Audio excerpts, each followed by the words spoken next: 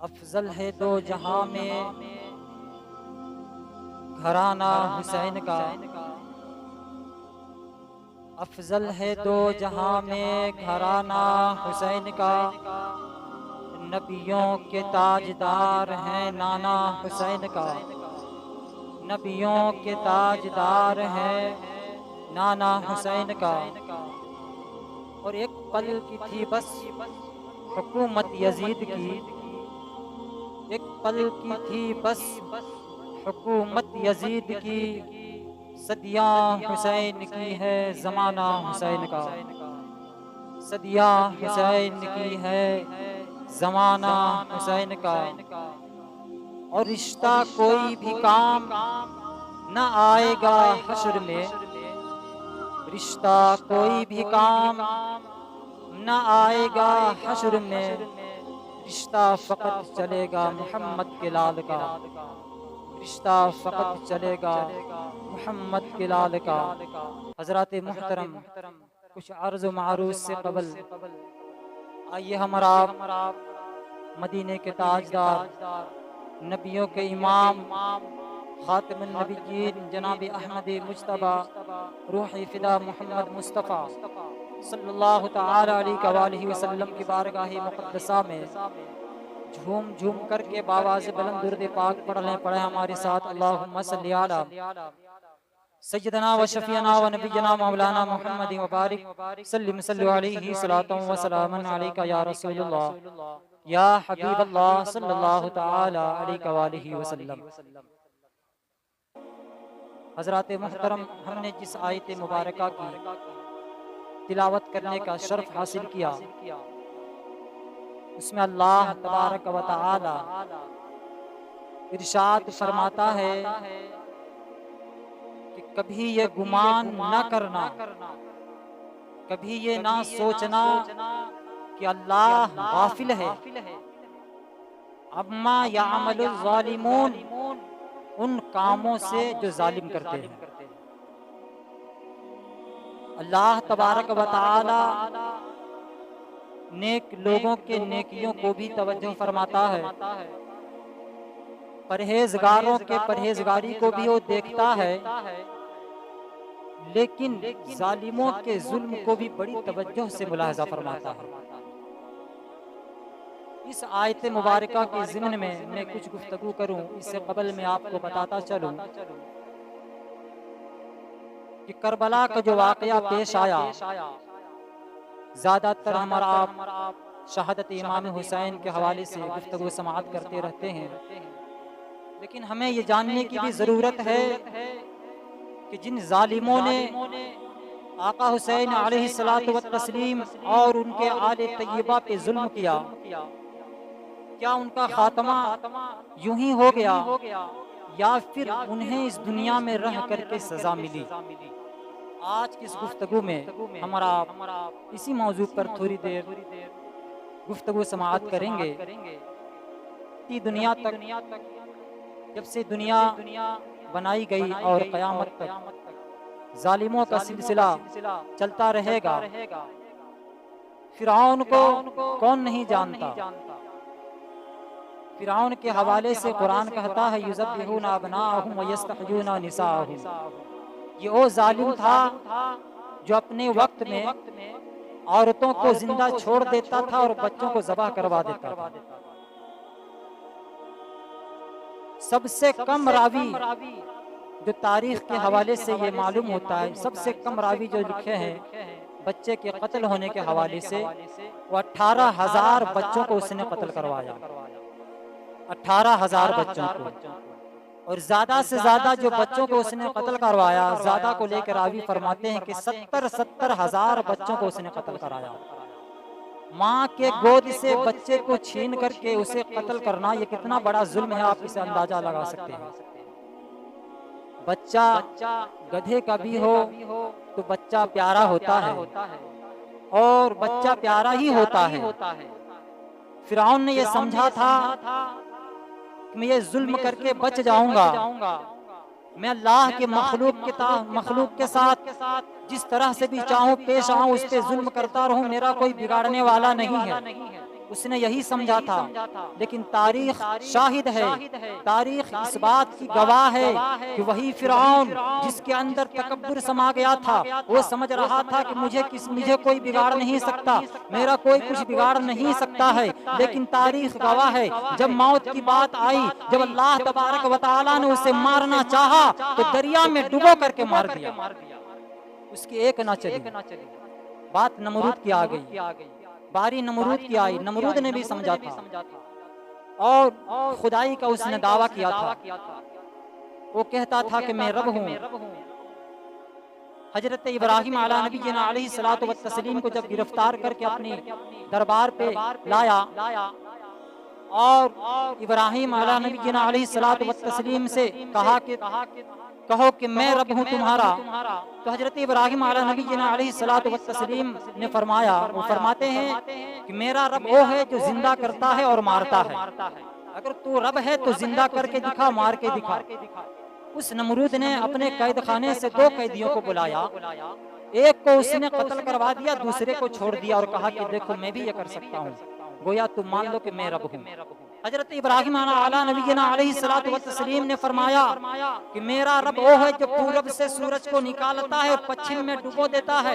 अगर तू रब है तो पश्चिम से, तो अगर तू रब है तो पूरब से सूरज को निकाल और पश्चिम में डुबो करके दिखा।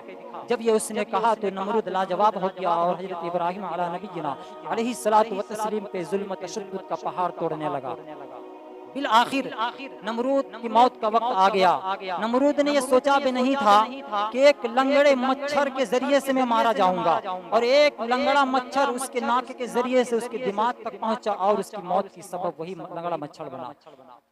तो जब इंसान जालिम हो जाता है तो समझता है कि बस मैं जो चाहूं करूं। अल्लाह के रसूल सल्लल्लाहु अलैहि वसल्लम इरशाद फरमाते हैं कि जब जालिम जुल्म करता है तो अल्लाह तबारक व तआला उसकी रस्सी को ढीली कर देता है और रब फरमाता है चल जुल्म कर, तो जितना जुल्म कर सकता है जुल्म कर, उसकी रस्सी को ढीली कर देता है। हजरत अबू सईद खुदरी रज़ी अल्लाह तआला अन्हु अर्ज करते हैं कि आका दो जहां सल्लल्लाहु अलैहि वसल्लम ने इरशाद फरमाया, और जब रब पकड़ता है, रब जब रस्सी को खींचता है तो पूरी दुनिया की कोई ताकत उसे बचा नहीं सकती, क्योंकि रब का अजाब बहुत कड़ा है। इन्ना अजाब रब्बिका लशदीद। कुरान कहता है कि अल्लाह का अजाब बहुत कड़ा है। नमरूद एक लंगड़े मच्छर के जरिए से मारा गया। यजीद ने भी जुल्म किया, उसने भी सोचा था कि मैं इमाम हुसैन और उनके आले तैयबा पर जितना चाहूं जुल्म करूं, मेरा कोई बिगाड़ नहीं सकता। दुनिया की कोई ताकत तो उस तक नहीं पहुंच सकी, लेकिन अल्लाह तबारक व तआला का हाथ उस तक पहुंच गया। अल्लाह तबारक व तआला जालिमों को भी मोहलत देता है। अल्लाह तबारक व तआला कि यहाँ देर है अंधेर नहीं है। अल्लाह तबारक व तआला अपने बंदों को आजमाता है। हजरत इमाम हुसैन रज़ियल्लाहु तआला अन्हु पे जो जुल्म हुआ, ये पूरी दुनिया जानती है कि आका हुसैन अलैहिस्सलाम पर यजीदियत ने किस कदर जुल्म ढाया, किस कदर जुल्म तशद्दुद का पहाड़ तोड़ा, उनके आले तैयबा के साथ किस तरह खून रेजी की गई। ये बात तारीख में मख्फी नहीं है, बल्कि कायनात का हर शख्स इस बात को जानता है। आका दो जहां सल्लल्लाहु अलैहि वसल्लम की पेशिन गोई थी कि इमाम हुसैन शहीद किए जाएं, वरना आप तारीख के औराक को पलट करके देख लें। जंगे बदर का ओ वाकया जहाँ पे सिर्फ 313 सहाबा ने हजारों लश्करों को मैदान को छोड़ने पर मजबूर कर दिया।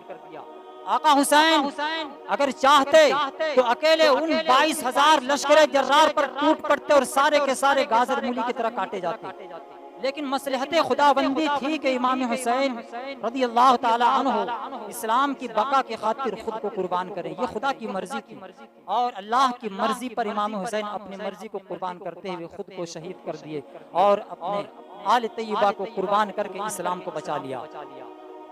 अल्लाह तबारक व तआला अपने बंदों को आजमाता है। हजरत महमूद गजनवी, इनका नाम आपने सुना होगा। एक दफा ये सैर तफरी के लिए गुजर रहे थे, इनके साथ इनके हमवारी इनके वजीर भी थे। कुछ दूर गए तो क्या देखते हैं कि एक बाबा अपने हाथ में कुदाल लिए जमीन को खड्डा कर रहे हैं और उसमें दरख्त और कुछ बूटी लगाने की नीयत से उस जमीन को वो खोद रहे हैं। जब करीब गए तो अपने घोड़े से उतरते हैं और जाके महमूद गजनवी कहते हैं कि बाबा आप इस उम्र में ये लालच क्यों कर रहे हैं? आपको तो पता है कि आप इस दरख्त के साए में बैठ नहीं सकेंगे। आपकी उम्र रसीदा हो चुकी है। जब तक ये पेड़ तैयार होगा इससे पहले आप दुनिया को अलविदा कह देंगे। आपको मालूम है कि आप इसके साए में बैठ नहीं सकेंगे। फिर ये कष्ट, ये जुल्म, ये परेशानी आप क्यों कर रहे हैं? क्यों उठा रहे हैं इस परेशानी को? सामने से वो ज़ईफ जवाब देते हैं, मुझे पता है अच्छी तरीके से महमूद कि मैं इसके साए में नहीं बैठ सकूंगा, इसका फल भी नहीं खा सकूंगा, लेकिन लगा जा रहा हूँ। मैं न खाऊंगा लेकिन कम से कम मेरी औलादें तो खाएंगी इसका फल। मेरी औलादें इसके साए में बैठेगी तो सही। जब महमूद गजनवी ने इस बात को सुना तो खुश हो गए और कहा, बाबा आपने एक मदद की एक राह निकाल दी, लोगों की इमदाद की एक राह निकाल दी। अपने वजीर से कहा कि बाबे को एक अशरफियों की थैली दो। वो अशरफियों की थैली लेकर के वो बाबा कहते हैं सामने से, महमूद तो कह रहा था कि तू इसका फल भी नहीं खा पाएगा, लेकिन देख मेरी नीयत की बरकत कि अभी हमने ये दरख्त लगाया नहीं और अल्लाह ताला ने हमें इसका फल दे दिया। सुबहान अल्लाह। महमूद गजनवी को ये बात बहुत पसंद आई। फिर उसने वजीर से कहा कि बाबे को दूसरे अशरफियों की थैली दो। दूसरे अशरफियों की थैली जब उस बाबे ने पकड़ा, फिर वो दूसरी मर्तबा कहते हैं, महमूद गजनवी सुनो, लोगों के जमीन पर फसल साल में एक बार होती है, लेकिन मेरी इखलास की बरकत तो देख, मेरी नीयत की बरकत तो देख कि अभी हमने ये दरख्त लगाया नहीं और अल्लाह तबारक व तआला ने हमें दूसरी मर्तबा इसका फल दे दिया। फिर महमूद गजनवी ने उसे तीसरी दफा अशरफियों की थैली देते हुए आगे बढ़ते हैं। ये थी बरकत, नीयत की बरकत। आगे आप देखें और हजरत उस्मान गनी रदी अल्लाह ताला अन्हु के हवाले से, हजरत उस्मान गनी रदी अल्लाह ताला अन्हु बड़ी ही सखी और बड़ी ही मजलूम सहाबी हैं। लोगों के दर्द को बांटा करते थे। अल्लाह तबारक व तआला ने उन्हें दौलतों से नवाजा था। बड़े ही शरीफुल नफ्स थे। एक शख्स सामने से आता है और आ करके आपको सामने अपना मुंह टेढ़ा करके आपको चिढ़ाने लगता है। हजरत उस्मान गनी रदी अल्लाह ताला अन्हु अर्ज करते हैं कि ये शख्स अल्लाह से डर, अल्लाह से डरो, ये हरकतें मेरे सामने तू मत करो, अल्लाह से डरो। वो सामने से कहता है कि कुछ नहीं होता और ऐसे उसे चढ़ाना दोबारा वो शुरू करता है। जब हजरत उस्मान गनी के कहने पर बाज नहीं आता तो हजरत उस्मान गनी अल्लाह तबारक व तआला की बारगाह में हाथ को दराज कर देते हैं और कहते हैं, या अल्लाह ये जिस तरह बनना चाहता है इसे बना दे। लोगों ने देखा कि उसका मुंह टेढ़ा का टेढ़ा हो गया तो अल्लाह तबारक व तआला अपने बंदों को मोहलत देता है। अगर वो सुधर जाता है वक्त पे तो अल्लाह ताला की रहमतें उस पर नाजिल होती है, और अगर अपनी जगह पे वो सुधरता नहीं तो अल्लाह का अजाब सख्त कड़ा है। और उस जुल्म में, उस मुसीबत में, अल्लाह के उस अजाब में वो बंदा गिरफ्तार हो जाता है। यजीद ने भी समझा था कि मेरे साथ कुछ नहीं होने वाला। जब हजरत सैयदना इमाम हुसैन रज़ी अल्लाह ताला अन्हु का कटा हुआ सर कूफा के उस दारुल खिलाफा में रखा गया तो इब्ने ज़ियाद अपने तख्त पे बैठा हुआ था। इमाम हुसैन रज़ी अल्लाह ताला अन्हु का सर उस तख्त पे रखा और इब्ने ज़ियाद ने छड़ी पकड़ी। इमाम हुसैन रज़ी अल्लाह ताला अन्हु की लबे मुबारक पर वो छड़ी मारता और कहता है कि हमने कहा था कि तू बाज आ जा, तेरे जैसे शख्स के साथ ऐसे ही होना चाहिए था माअज़ल्लाहि रब्बिल आलमीन। जब उसने ये बेअदबी गुस्ताखी की है तो उसी दारुल खिलाफा के कोने से एक सहाबी रसूल जिनका ईमानी जज्बा जोश में आया और वो खड़े हो गए और खड़े होकर के कहते हैं, इब्ने ज़ियाद तू बुरा है, तेरा बाप बुरा है, तेरी नस्लें बुरी है। इमाम हुसैन के लबे मुबारक से इस छड़ी को हटा ले। हमने एक दफा नहीं कई दफा प्यारे आका अलैहिस्सलातु वस्सलाम को इन लबों को चूमते हुए देखा है। इब्ने ज़ियाद ने उस छड़ी को हटा लिया। अभी ये वक्त ज्यादा नहीं गुजरा था। अब यहाँ से मैं आपको वो बताना चाहूंगा जिस मौजू के तहत हमें आपके सामने गुफ्तगू करनी है। मुहर्रमुल हराम का वो वाक़या, शहादत इमाम हुसैन के गुजरने के बाद 1 2 3 4 नहीं बल्कि 6 साल गुजरे थे। सिर्फ 6 साल। 6 साल के अंदर सारा निजाम बदल गया और वहाँ पे जो हुकूमत कायम हुई, मुख्तार सख्ती नामे शख्स वहाँ का हुक्मरान बना। और जैसे ही वो मुख्तार अपने तख्त पे बैठता है तो तमाम रियाया में ऐलान कर देता है कि इमाम हुसैन के जितने कातिल हैं जिन लोगों ने उस जंग में खुद को शरीक किया और जो अपने घर में रहकर माली एतबार से उन लोगों उन यजीदियों की मदद की है, मैं उन तमाम लोगों को मारूंगा, उन तमाम लोगों के गर्दनों को उड़ा दी जाए। अपने फौजियों को हुक्म दिया, तमाम फौजी जब मुख्तार सख्फी के हुक्म को पाते हैं तो उस दारुल खिलाफा, उस कूफा के कोने कोने पे फैल जाते हैं। यजीदियत थर्रा जाती है। जिन लोगों ने जुल्म किया था अपने घरों को छोड़ करके, अपने मकानों को छोड़ करके निकल पड़ते हैं और भाग निकलते हैं। इब्ने ज़ियाद जिसके हुक्म पर करबला का मुआरका कायम हुआ, जिसके हुक्म पर इमाम हुसैन को शहीद किया गया, इब्ने ज़ियाद को जब पता चला तो उसके साथ बहुत सारे फौजी थे, तकरीबन 30,000 फौज को लेकर के और नहर फरात के किनारे आता है और मुख्तार सख्फी अपने फौजियों को हुक्म देता है। उन फौजियों में से एक फौजी था इब्राहिम बिन मालिक, जिसे सरदार बना करके भेजता है और कहता है जा करके इब्ने ज़ियाद के सर को कलम करके ला, इब्ने ज़ियाद के सर को कलम करके ला। फौजी वहां से निकलते हैं और नहर फरात पर पहली मुहर्रम से लेकर के 1 2 3 4 5 नहीं बल्कि 9वीं मुहर्रम बीत जाती है, जंग शुरू हो जाता है। ठीक उसी तरीके से जिस तरीके से इमाम हुसैन करबला में तड़पे थे, इमाम हुसैन को जिस तरीके से शहीद किया गया था, पहली मुहर्रम से लेकर 10वीं मुहर्रम तक जिस तरीके से वाक़ियात पेश आए थे, उसी तरीके से दोनों तरफ से जंगें शुरू हो जाती है और 9वीं मुहर्रम तक की जंग का सिलसिला चलता रहता है। 10वीं मुहर्रम को बाद नमाज ज़ोहर का वक्त आता है। बाद नमाज ज़ोहर पढ़ने के बाद इमाम हुसैन को शहीद किया गया था। ज़ोहर नमाज पढ़ने के बाद जब आमने सामने फौजें दोबारा जंग लड़ती है, लड़ते लड़ते एक वक्त ऐसा आता है कि इब्ने ज़ियाद सामने में आता है और इब्राहिम बिन मालिक भी सामने में आ जाता है। इतने में दोनों तरफ से वार होती है और इब्ने ज़ियाद जमीन पे गिरता है। जमीन पे गिरने के बाद इब्राहिम बिन मालिक अपने पांव को इब्ने ज़ियाद के गर्दन पे रखता है और एक हाथ से तलवार लेकर के उसके गर्दन को उसके तन से काट देता है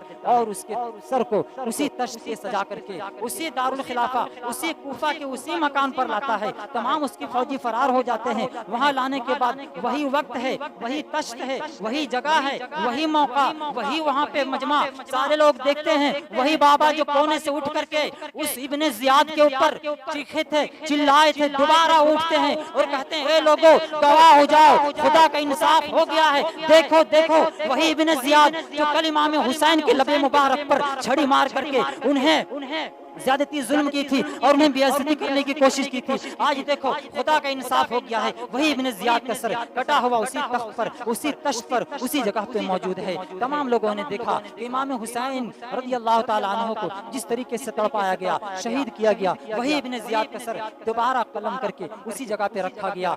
सैयदना इमाम हुसैन रज़ियल्लाहु ताला अन्हु का वो दुश्मन का सर जब सर से कलम कर दिया गया तो मुख्तार सख्फी ने हजरत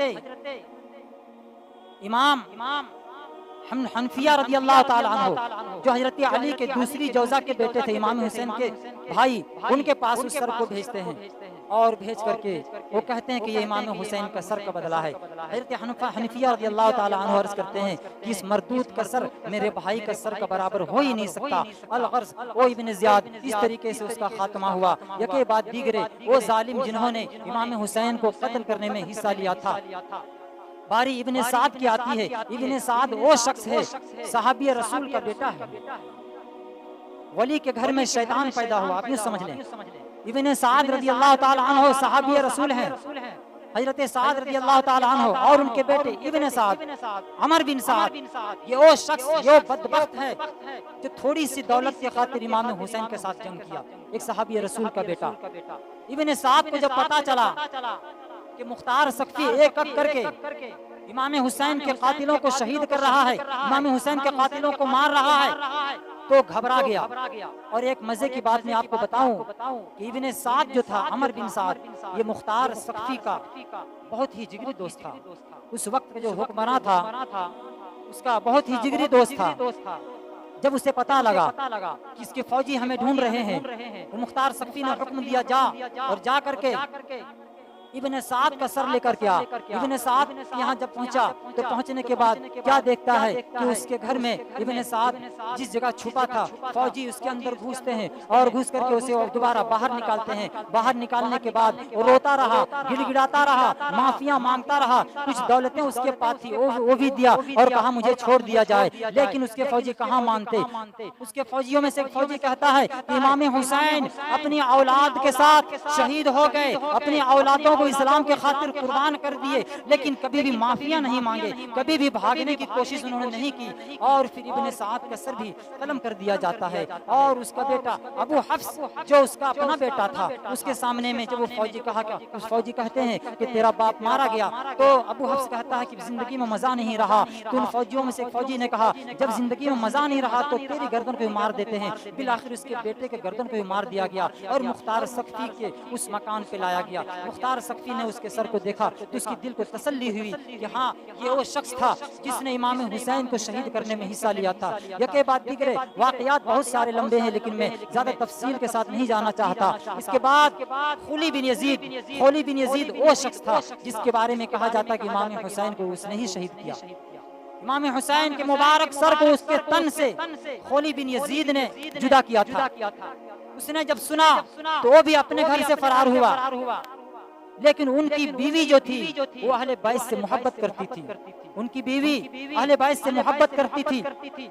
जब उन फौजियों को पता चला कि खुली बिन यजीद अपने घर को छोड़ करके भाग निकला है, कुछ दिनों के बाद पता चला कि दोबारा वापस आ गया है। जब पता चला उन फौजियों को तो फौजी जाते हैं और जाने के बाद उस घर पे पहुंचते हैं। उनकी बीवी दरवाजे पे खड़ी थी। पहले ही खुली बिन यजीद ने कह दिया था कि जब मुख्तार सख्ती के फौजी आए तो उसे कह देना कि मैं घर पे नहीं हूँ, लेकिन वो अहले बैत से मोहब्बत करती थी, आका हुसैन से मोहब्बत करने वाली थी। जब वो फौजी उसके घर पे पहुंचते हैं और कहते हैं कि खोली कहाँ पे है, तो उनकी बीवी एक तरफ तो कहती है जबान से कि मुझे पता नहीं वो कहाँ है, दूसरी तरफ अपनी हाथ की उंगलियों से इशारा करती है कि इस टोकरे के नीचे छुपा हुआ है। वो फौजी उस टोकरे के नीचे पहुंचते हैं और उसे उठा करके देखते हैं, फिर उसे गिरफ्तार करके मुख्तार सख्ती के पास लाते हैं। मुख्तार सख्ती ने जब खुली बिन यजीद को देखा तो उसे एक खंबे से बंधवा दिया और तमाम कूफा में ये ऐलान कर दिया कि कूफा वालों आकर जमा हो जाओ। तमाम कूफियों को जमा होने का ऐलान किया। सारे कूफी अपने घर से निकल करके उस जगह पे मौजूद होते हैं, वहाँ पे जमा हो जाते हैं। फिर उस खुली बिन यजीद को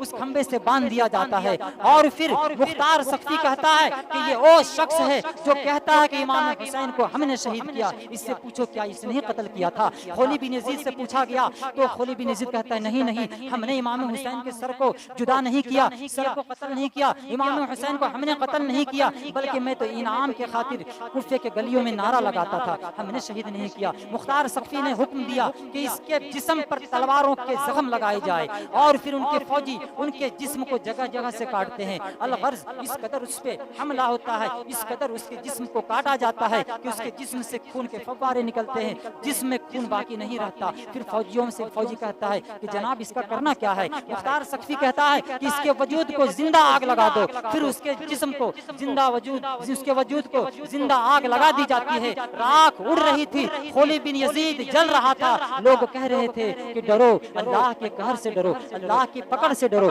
जब अल्लाह तबारक व तआला पकड़ता है तो फिर कोई उसे बचा नहीं सकता। देखो देखो, कल ये इनाम के खातिर इमाम हुसैन पे जुल्म किया था, आज इसके साथ मुख्तार सख्ती के फौजियों ने जो जुल्म किया है, इसके साथ जो परेशानी इसे डाला है, इसकी जो मौत हुई है वो देखने के काबिल है। बिल आखिर खुली बिन यजीद भी अपनी दम को तोड़ देता है। एक आखिर शख्स जो शिमर के नाम से जाना जाता है, जब उसे पता चलता है कि फौजी हमारे पीछे लगा हुआ है तो फिर फौजियों ने उसका पीछा किया तो मदीना तैयबा से बाहर वो भाग निकला। मदीना तैयबा के बाहर इमाम ज़ैनुल आबिदीन आका हुसैन अलैहिस्सलातु वस्सलाम का इकलौता बेटा जो जिंदा बचे थे करबला के मैदान में, वो मदीने के बाहर अपनी एक खीमा लगा करके वहाँ पे इबादत इलाही में मशगूल रहा करते थे। वो शिमर भागते भागते उस खीमे तक पहुंचता है और जाकर के प्यास की शिद्दत थी। इमाम ज़ैनुल आबिदीन से कहता है कि पानी मिल सकता है। इमाम ज़ैनुल आबिदीन जो ही अपनी नज़र को उठाते हैं तो उस बदबख्त को पहचान जाते हैं, लेकिन कोई सवाल जवाब नहीं करते, बल्कि अंदर से पानी ला करके उसे देते हैं। वो पानी पीता है, अपनी प्यास को बुझाता है, फिर दोबारा पानी मांगता है। तीसरी मर्तबा उसने पानी मांगा, तीसरी मर्तबा इमाम ज़ैनुल आबिदीन ने पानी पेश किया। इमाम ज़ैनुल आबिदीन के पानी देने के बाद जब शिमर पानी पी चुका तो शिमर को लगा कि शायद ये मुझे नहीं पहचानते हैं, और कहता है कि शायद आपने मुझे पहचाना नहीं।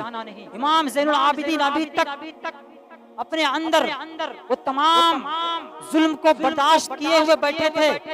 जब उसने कहा कि शायद आपने मुझे पहचाना नहीं, वो कहते हैं कि बदबख्त, मैं तुम्हें कैसे भूल सकता हूँ जिसने हमारे पूरे खानदान को उजाड़ दिया, मैं तुम्हें कैसे भूल सकता हूँ। जब वहाँ से शिमर देखा कि ये भी मुझे पहचान चुके हैं, हो ना हो यहाँ पे सिपाही पहुँच जाएगा, फिर वहाँ से वो भाग निकलता है और एक गांव में जा करके लोगों को डराता है, धमकाता है और कहता है कि अगर किसी ने कहा कि मैं यहाँ पे हूँ तो मैं अपनी तलवार से उसकी गर्दन उड़ा दूंगा। फौजी रात के अंधेरे में वहाँ पहुँचते हैं और इसे गिरफ्तार करके मुख्तार सख्ती के घर पे लाते हैं। मुख्तार सख्ती ने जब शिमर को देखा तो कहा इसे भी खंबे से बांध दी जाए। शिमर लईन वो शिमर था जिसने आका हुसैन और उनके आले तैयबा पर पानी बंद किया था।